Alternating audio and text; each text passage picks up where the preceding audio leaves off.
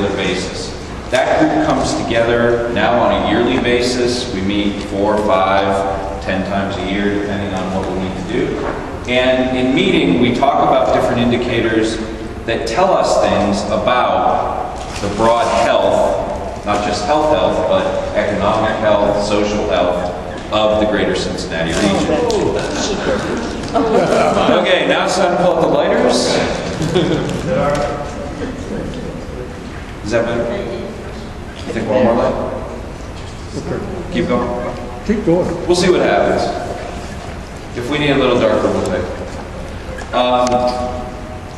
So in this particular report, what you'll see if you flip through it is that we've come up with a fairly broad set of more than 40 indicators now that tell you different things about where our community stands. In this particular report, if you look on let's see, it's the second and third page, the introduction and the executive summary, you see that we highlight some very specific things going on about our community. For example, our region's poverty our percent of poverty at or below 200% remains lower than the national average. As you probably read in the paper recently, our Housing Opportunity Index shows we have affordable housing. That doesn't mean people can buy that housing. That just means, relatively speaking, it's more affordable than other parts of the country. Our violent crime rate and murder rate are lower than national averages here in the Cincinnati metropolitan area. That doesn't mean in particular areas our crime rate isn't worse or as bad as other places. It just means in our metro area we have a better number than other places in the country. And our mean travel time to work tends to be on par, a little bit lower than what the national average is. Those are some of the more positive things that we found in this particular report, but the negative things are pretty starkly negative if you look at them. For example, our percent population change, basically we're not adding population, and that's a big challenge in our region. Our unemployment rate, for a long time, our region's unemployment rate was lower than the rest of the country.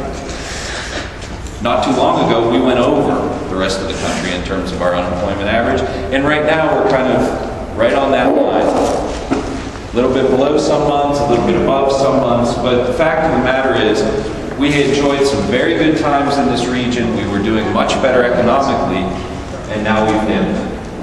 And we're certainly not faring nearly as well as we were a decade ago.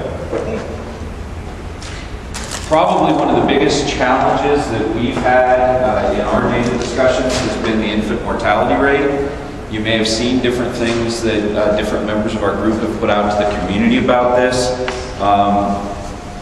The fact of the matter is, at given points in time throughout the year, our infant mortality rates are higher than third world countries. That's this region. That's babies being born in different part of the region and not surviving.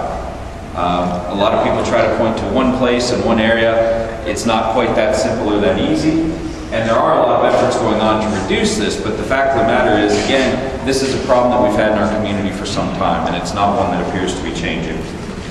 You've all heard, I'm sure, in reading in the papers about our rate of overweight and obese. We still are not improving in that particular area. And on the one hand, we have some intergroup relation measures, meaning the degree to which African Americans and whites, Hispanics and whites, Hispanics and African Americans, Asians and African Americans, all those groups are getting together and getting along. On the one hand, we see some positives in the data, but on the other hand, we find, generally speaking, minority groups see themselves far more isolated from the community than do whites. That's just sort of an overall summary of all of the different information that can be found in this particular book. I wanted to at least talk about the book for a minute, but the fact of the matter is I'm really not here to just give you a presentation on the book. The reason I'm here is I wanted to give you all a sense of just what data is available to you, what kinds of information you have at your fingertips via the World Wide Web, and how you might use that data. Because it's one thing to put a book up, someone then drops it on the floor, kicks it under a table, and we never see the report again. In fact, this book already, the data is dated, meaning that even though we just came out with this in December, a number of the indicators that are in here have been updated, the numbers have changed, and you can see some different things from the numbers compared to when you saw the report.